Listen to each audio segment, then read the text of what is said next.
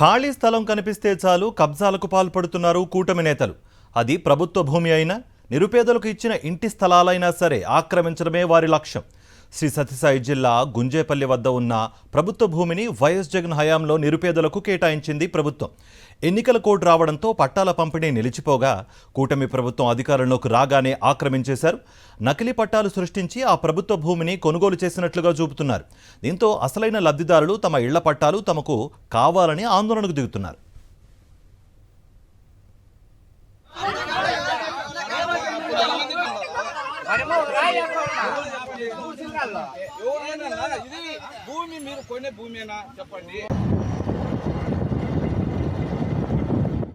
ఇంటి స్థలాలు ఇచ్చినారు, మళ్ళీ వాళ్ళు ఎవరో వచ్చి పీక్కున్నారు.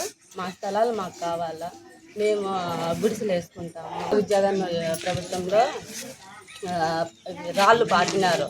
ఇచ్చే మూమెంట్లో ఎలక్షన్లు వచ్చి అవి మళ్ళీ ఎన్నికపోయినాయి. అవి ఎవరో మా స్థలాలు అని వాళ్ళు తీసుకున్నారు. మా స్థలాలు మాకు కావాలి. 80 మందికి పట్టాలు ఇచ్చినారు. ఈ మన రాళ్ళు రంగులు వేసిన రాళ్ళు కూడా అన్నీ నూకేసినారు. రేపు వచ్చి గుడిసెలు వేసుకుంటాము. 80 మందికి వచ్చినాయి. 80 మందికి కూడా వచ్చి గుడిసెలు వేస్తాము రేపు. ఆడున్న ప్రభుత్వం ఉండే భూములన్నీ కబ్జా చేస్తున్నారు. దీన్ని మాత్రం మేము భద్రపరుచుకుంటాము. రేపు వచ్చి భద్రపరిచి గుడిసెలు వేసుకుంటాము.